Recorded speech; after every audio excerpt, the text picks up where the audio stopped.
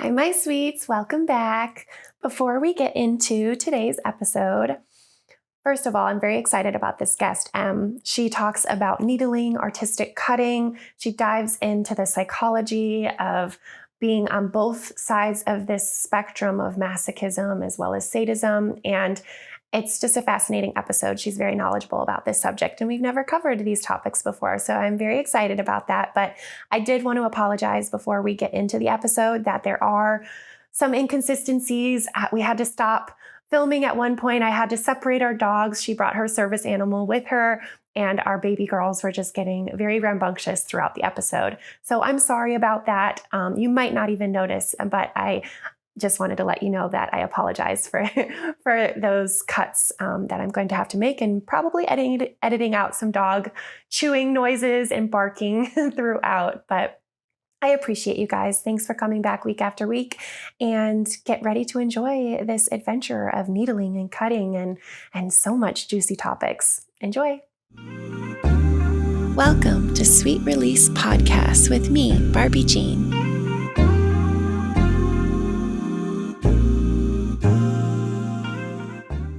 Hi, my sweets. Welcome back. I'm Barbie Jean, your host, and today I have another Midwest girl with me. Em, nice to meet you. Nice to meet you.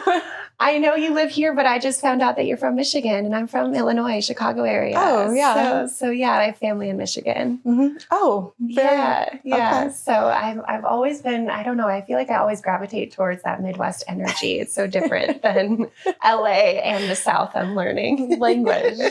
People always told me I talk way faster than I need to down here. Oh, so. really? Yeah.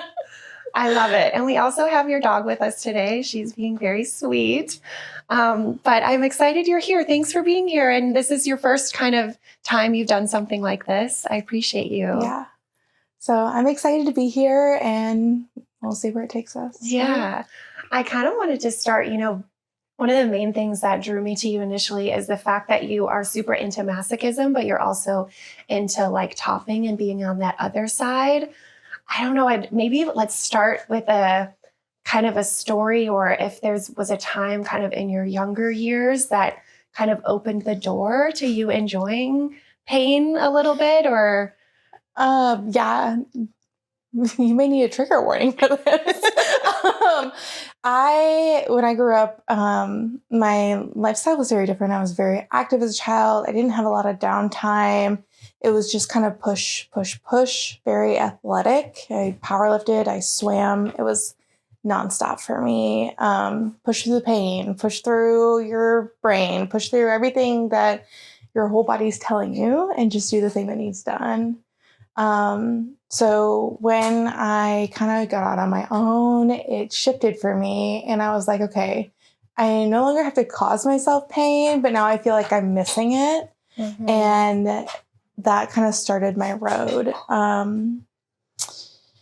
Had a little bit of an abusive situation with my first husband that kind of started that. And then I was like, okay, now I'm here. How am I going to continue to feel balanced? How am I going to continue to feel okay with myself while also giving me the control to stop it? Mm-hmm. And it brought me here to the lifestyle. We started as swingers with my second husband, and ended up in the lifestyle based on my own search. I went down a rabbit hole.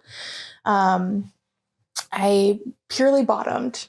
That's all I wanted to do was bottom for impact. And then I switched up. We had an accident in June of 2024, and everything was okay. Like accident-wise, I was totally fine with it, totally in control, which was so weird. Not what I thought was going to happen if we did have an accident. And it ended up with me in the hospital for about 3 weeks. And that's when I started switching to focusing on medical play and needles, because that was the hardest part of the whole situation that I had trouble processing.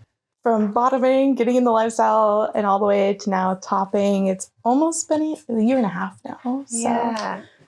Amazing. It's so cool. Oh, dogs are running down. Okay. Come here, girls. Come here. Come in, Let's try to lay down. So yeah, that's amazing. I feel like It's so rare to find someone that's like does both. I mean, I guess a lot more nowadays. I feel like you see people that are switch energies, but I do think it's so unique to see when you start from one side and then you kind of pivot to the other. I think it is also really common because you kind of learn what it is to be on that submissive energy side, and you can kind of like curate it in a better way or just understand how to make it a beautiful experience. Mm-hmm. And that's so true, because I think about all the conferences I've been to, and I mean, a lot of the classes are either geared towards tops, doms, masters, or they're geared towards bottoms, submissive slaves. There are only a few classes that really focus on what it's like to be a switch. I got into needles first, specifically needles because they poked me with a lot of them while I was hospitalized. And I have a huge fear of needles, very big fear. I had to get over that very, very fast. Mm-hmm. So then I started looking at classes and I started diving in. Artistic cutting was that one step further. I had a very wonderful mentor, Miss CCTU. She helped me kind of bridge that gap and how to get there safely. But essentially, it's just making art in the skin with a scalpel. Mm. It's just a creative flow, like you were talking about earlier. Yeah. So, do you feel like you're kind of like painting their pain in a way? Like, how does it feel? Yeah. It's all about energy for me. Not necessarily painting their pain, but everyone reacts to pain differently. And that interaction with someone is so raw, it's so fresh. There's no hiding in, right? There's a reason they put us under anesthesia when they're going to cut us open. Mm-hmm. So that interaction, it just releases so much energy, and you end up being in this bubble with someone interacting in this way. And it could be totally silent, but it is like the biggest rush that you would get. Does that make sense? Yeah. Yeah, because I feel like sometimes after, there is like a bit of a rush after a big kind of energetic moment of any kind. Mm-hmm. And so I know like the first time I had it was like a fire and flogging session. And he had just like this fire wand, and he was using that on my back and flogging my butt at the same time. And it was just such a, I don't know, a huge magnitude of sensations, mm-hmm. That afterwards, there was this huge rush that I had, almost like a high. Yeah. Is that kind of what you're describing? A huge endorphin release. That's 100% part of it, right? It changes how you think, changes how you feel, changes how you react to the person in front of you or the person underneath the knife. Mm-hmm. And along with that, all of the responsibility that I hold as a top, it's very different. I have to try to balance the two. And while I'm trying to balance these two very, very important things, I find myself focused, but not like it's just so easygoing. It's like everything in the world pauses. Mm. Everything is focused on the 1-inch line that I'm cutting into their skin. Nothing around it, no one around me. It's just me and them, and making sure that everything is feeling pleasurable for them and safe for us together. Yeah, I love that. There's a moment in a lot of scenes that I've had where it's almost like meditative, mm-hmm. where it feels like my mind is clear, which is very hard for me to get to that place. Most of the time it's when I'm meditating. But sometimes when you're in that moment too, like you're describing, it can just be this like, just this calming presence that's like, oh, it's just you and me. And I'm curating this moment for us. Yeah. And you were talking about flogging earlier, being an impact bottom. I love that you're comparing them, but it's so different at the same time, because when you have moving parts, there's so much more energy to the system, right? When I impact bottom, my impact top and I are very energetic. We move around the room. We're very vocal. We're very, there's a flow, there's a movement with us. It's almost like watching a theater in the theater.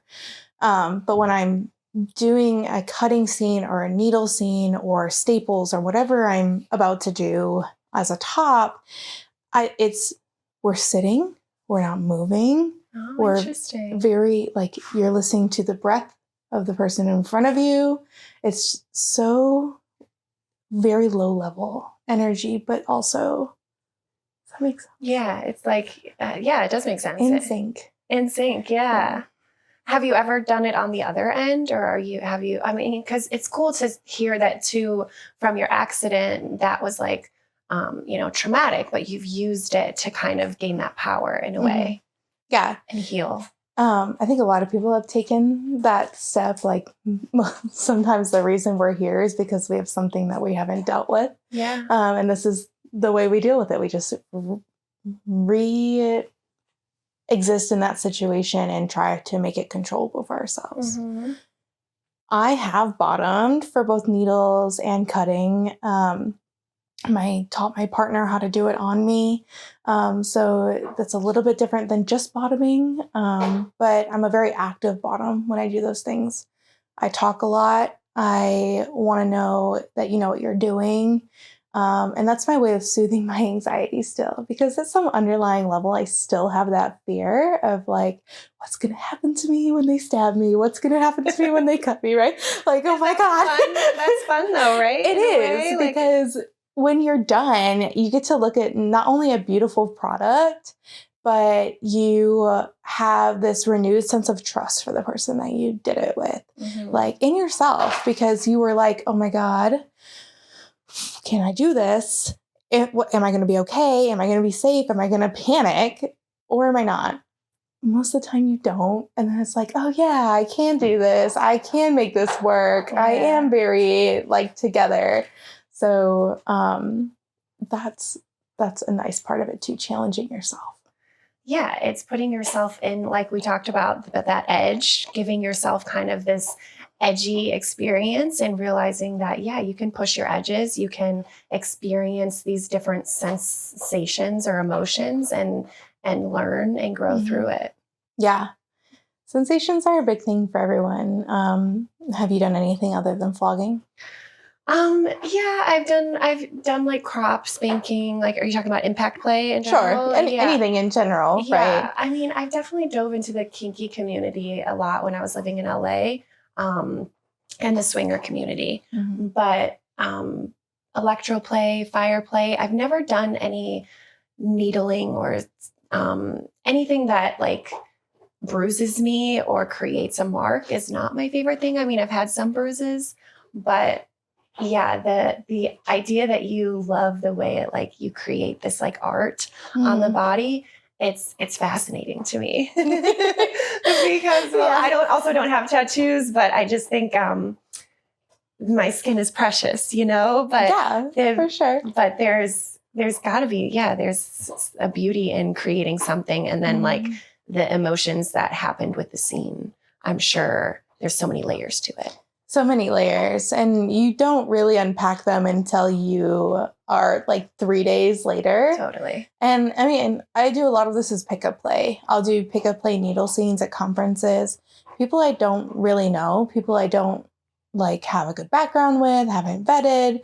And a lot of times we don't maintain that communication after the scene just because it's their personal preference or they have a busy lifestyle, whatever their situation is, or my situation not aligning. And so in that particular case, you've done this beautiful pickup play scene. Oftentimes it's their first time trying something like that. They're going to have a lot of emotion, but they're not going to feel it till after conference when they have that moment to just breathe and settle. And I'm also walking away with that because in my perspective, it's my responsibility to make sure that they're healing okay, that they're working through those emotions okay, and that they have a support system, because everything we go through in this lifestyle, it comes with a lot of emotion. And whether or not we know or have done that play, we don't really know how to or what to expect emotion-wise.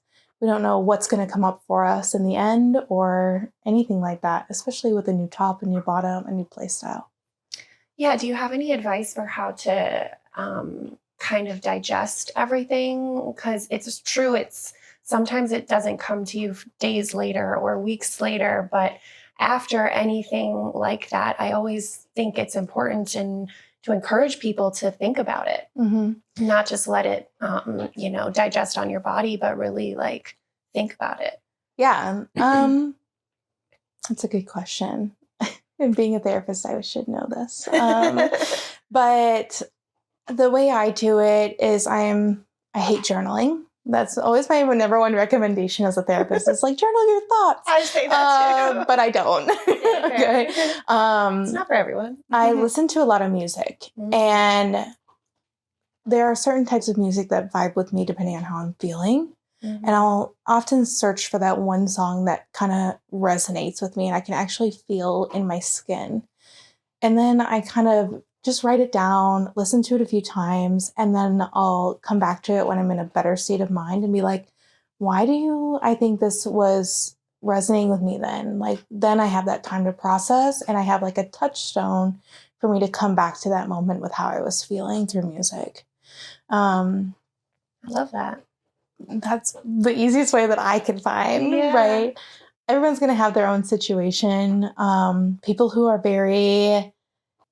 have a big social support system love going out to events, love hanging out with friends, love just talking to people and being with people and are comfortable being vulnerable with people. That's going to be the biggest thing. Rely on your social support system. Find the person you can talk to. If it's not the top that was in that scene with you, then who did your aftercare? Or who's your battle buddy when you go to events? Who's the person that you can really turn to and talk to? Because they may not understand what you went through, but they're a familiar face who is going to be an active listener for you. And it's just a sounding board. Instead of writing it, you're just listening to yourself talk. And when you do that, the more you do it, sometimes even just talking to somebody about it, you like just start to recognize things that maybe you didn't even think about, getting it out. It's similar to getting it on paper. It's like voicing it, Yeah. And that's so funny because I just got telling this to one of my clients today. It was that you can do everything you want in your journal, right? You can write everything about yourself. You can write your affirmations. You can read affirmations.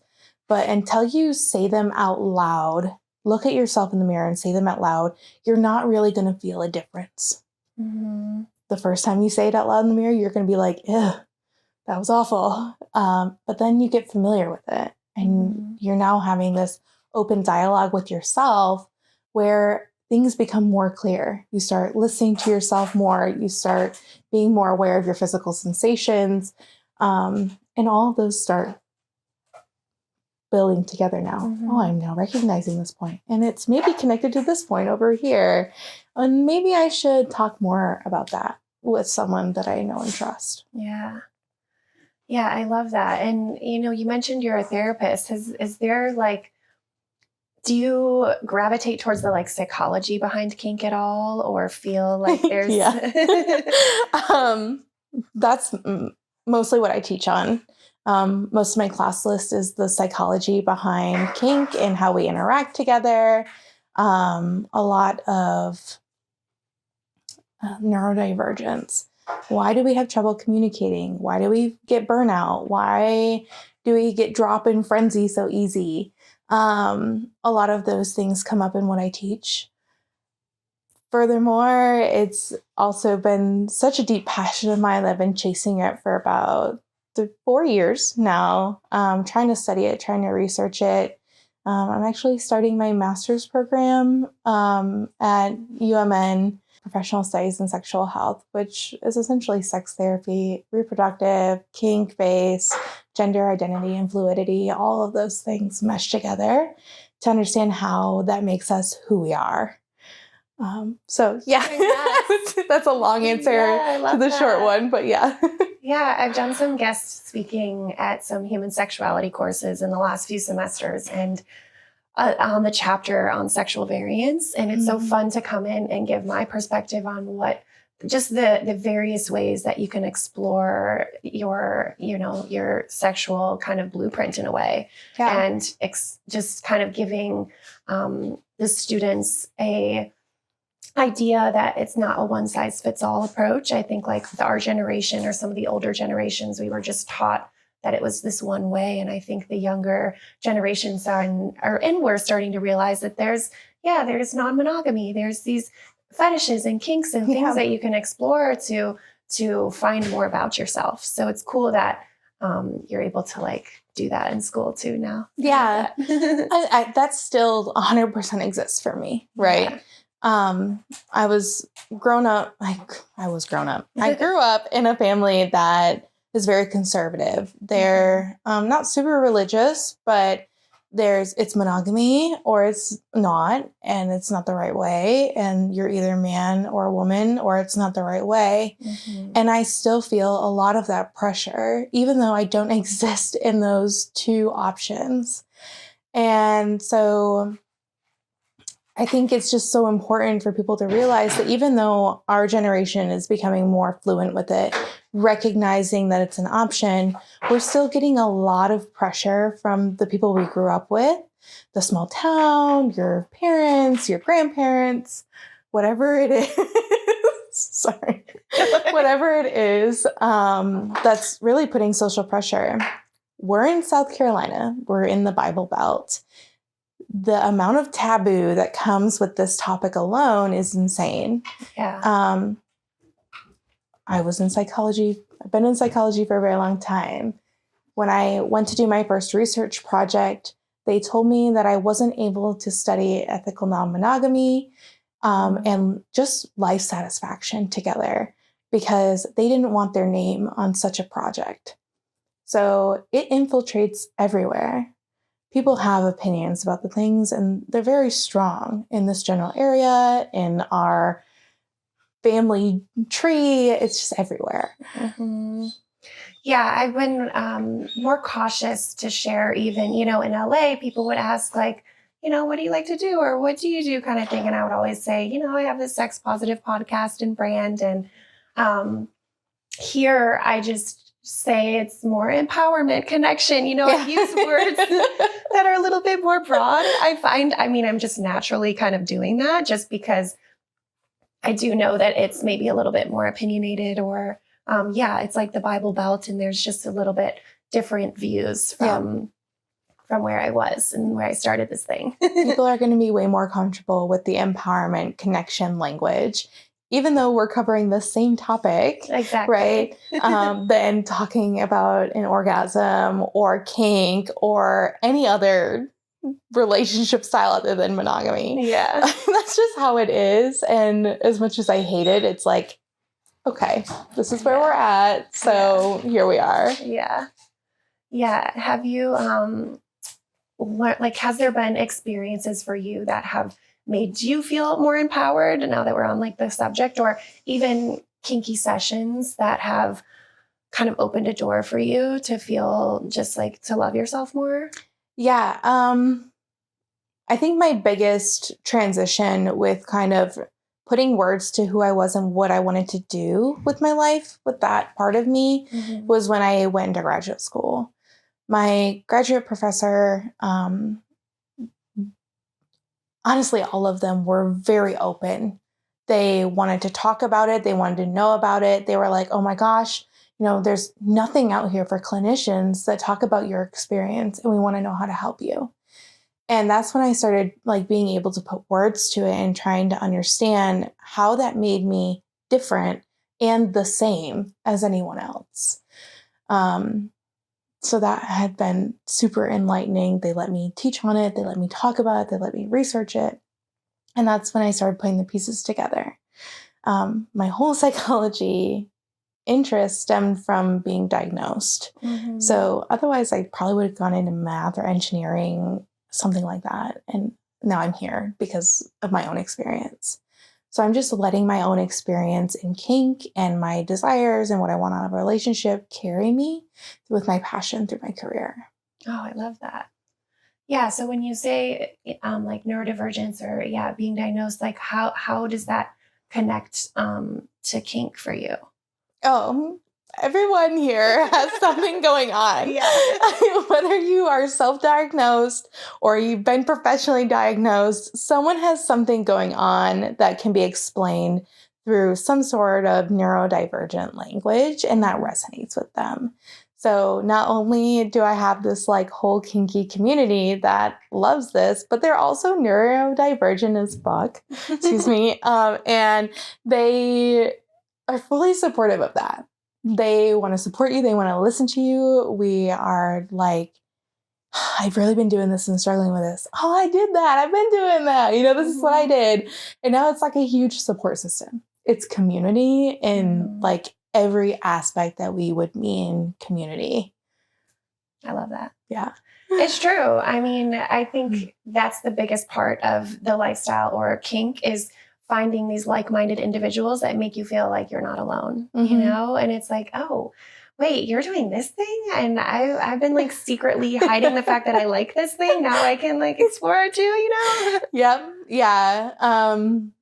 And that's a beautiful thing because not only do you find people who also like the thing and then you feel less shameful or guilty about what you're doing, but then you get to learn how to do cooler things, right? And you're like, this isn't really doing it for me anymore. I really want to try this thing.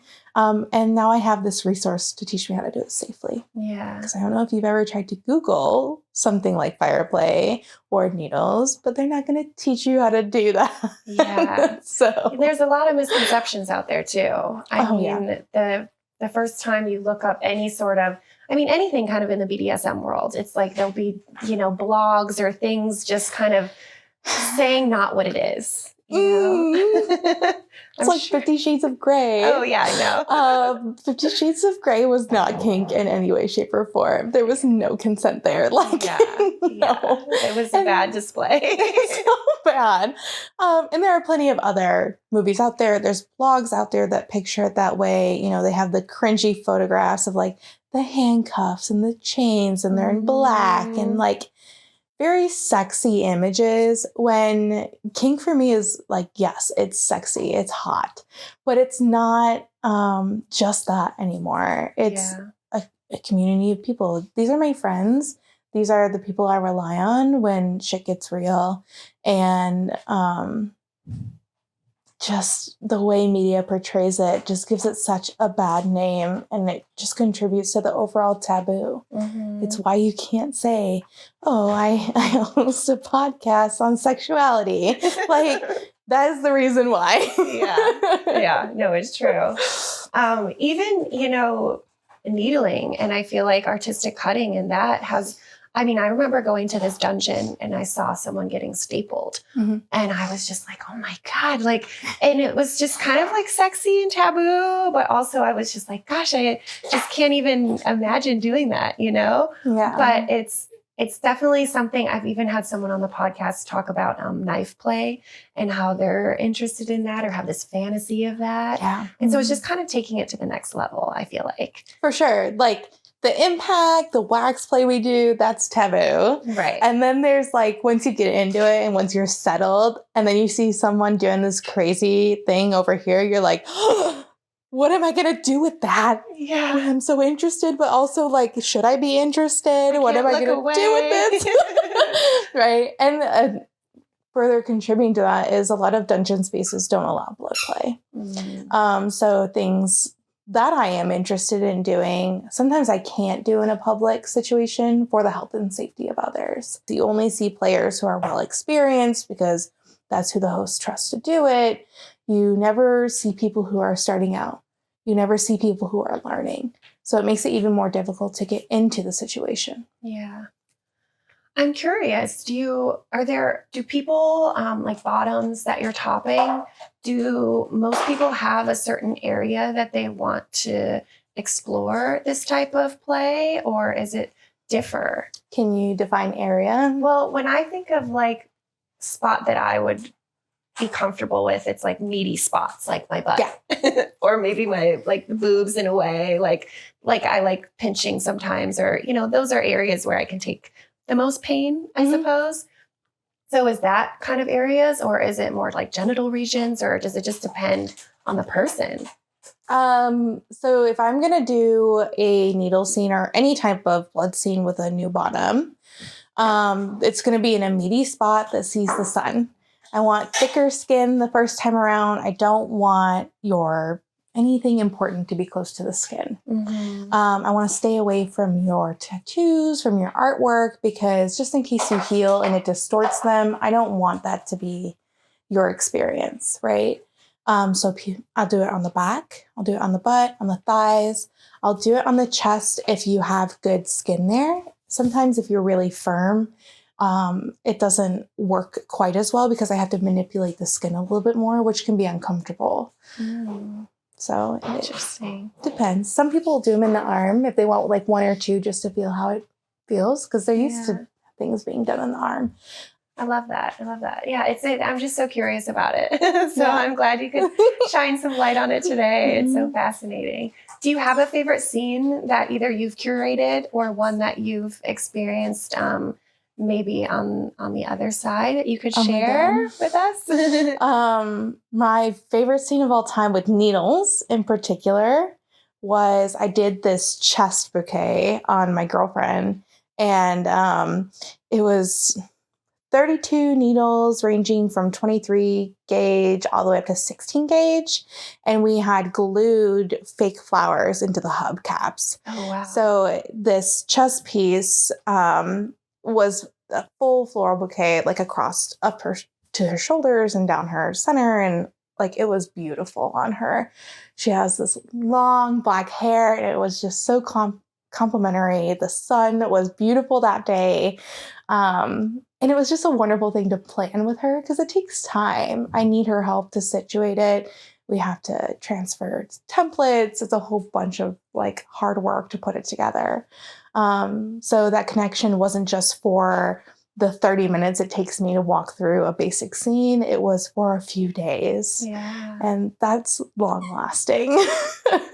And that's a beautiful image that you were outside and creating this bouquet. I mean, that sounds so nice. Oh, it was wonderful. Even though they're needles, it's like, it's beautiful. You wouldn't even know though, because like, I'll show you the picture afterwards and you can feel free to tag it on your social media or whatever you want to do. Yeah.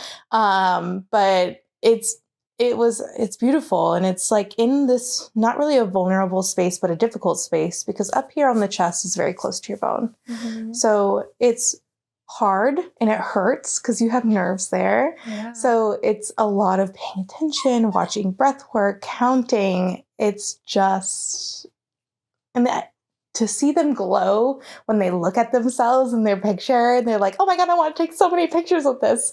It makes you really happy as a top. I feel similarly with rope, because you're creating this thing on your body and then all you want to do is take pictures and like show it off. Yeah. Yeah. Very drawn to rope for that, specific reason. It's beautiful and you can do so many beautiful things with it. Yes, it can be functional, but it doesn't have to be. Mm-hmm. And I love that side of it. Yeah, it sounds like you love just like the artistic elements of it or just like the beauty of creating something kind of just appealing to the eye in a way. Yeah, it feels good to create something that someone enjoys so much, right? It's different when I do impact. I'll impact top here and there. And that's great. The energy during the scene is great. But if I'm doing something artistic like cutting or needles or even if I'm bottoming for it, I get to wear that art around or look at that art forever.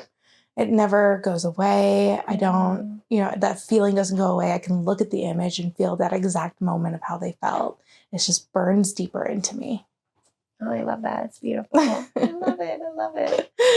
Do you have any advice for people that are curious about exploring things like this and where to begin?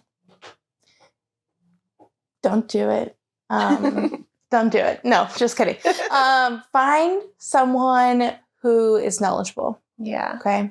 Go to your events. There are plenty of online classes For us in the US or even in Europe, because I think they're half based US, half Europe, there's a place called Reign of Blood on FetLife. They are wonderful, host all types of different classes, no matter if you're interested in trying needles, cutting, all the things. And they are so safety oriented and so responsive. And if you're struggling, they'll work with you. And that is amazing. If you can't find someone local to you who knows how to do it, that online resource is top tier.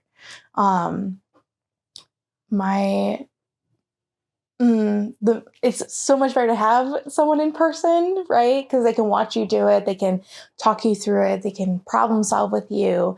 But sometimes that's not an option. You don't know that person. You're not as well into this community. So it's good to have those resources. No, I appreciate that. Because I think too, this isn't something that you can just like find on YouTube, I feel like, or maybe it is nowadays. You totally can, right? Because there are things out there that will teach you how to pierce yourself. True. Right. So all of those safety practices still apply, right? Because we're not going deep into the skin. The goal is to stay in the epidermis, the first few layers of skin. And the safety risk, if you stay there, is much lower than if you were to just do like an acupuncture needle. That would be different because you're going into like muscle tissue. Oh, okay. So when you are learning how to do it, reading things like the Piercing Bible, looking at piercing videos and that kind of safety stuff is going to be a good resource. Nice. But trying to do things in a design and put things all together and how to stencil and how to not poke yourself, what to do if you have a needle stick injury. All those things are going to be a little bit more kinky specific, and they're more challenging than you think they are. So just take a pause and watch the video or go to the class, talk to someone who's done it. And I just want to say this, do the bloodborne pathogen testing. Oh. Take the bloodborne pathogen class. I don't know what that is. It's bloodborne pathogens are like HIV, hepatitis. Oh, okay. When you do blood play with another person, you exponentially increase your risk. You're essentially at the same point as a phlebotomist. I thank you for that. I think it's good for people to, especially things like this where it's dangerous, so you need the resources. You need to check yourself. Don't just go all in. I guess to wrap things up, would you want to share that last time you had that sweet release? Any and all details you're willing to share? Yeah. It's not super something that is a big thing for me. It's probably about, 6 days ago now, maybe a week. I don't tend to focus on that as much as the energy that the situation really brings, because that's where I get my endorphins from, is that energy. Whether or not I climax or not, whether or not my partner climaxes or not, is just not something that's on like that checkbox list for me. Yeah, I love that. Thanks for sharing. I did want to ask you before I let you go, if you did have, it sounds like you're obviously into fantasies and creating sensational experiences, but is there anything that you haven't explored or something that you want to explore or something that's like on your bucket list or a specific fantasy? The big thing I really want to do right now, which this changes on the daily, so give or take, but is a marionette scene. And essentially that's using needles to suspend your limbs up so it looks like you're a marionette. So I am definitely working on putting that together right now. Oh, amazing. Well, thanks for sharing and thanks for your wisdom and just being vulnerable and opening up about everything today. I really appreciate it. Yeah, thank you for having me. Of course. And to my sweets, be sweet to yourself, be gentle, take your time when you're exploring things like this. And as always, welcome those sweet releases. We'll see you next time. Thanks, Em. Appreciate it.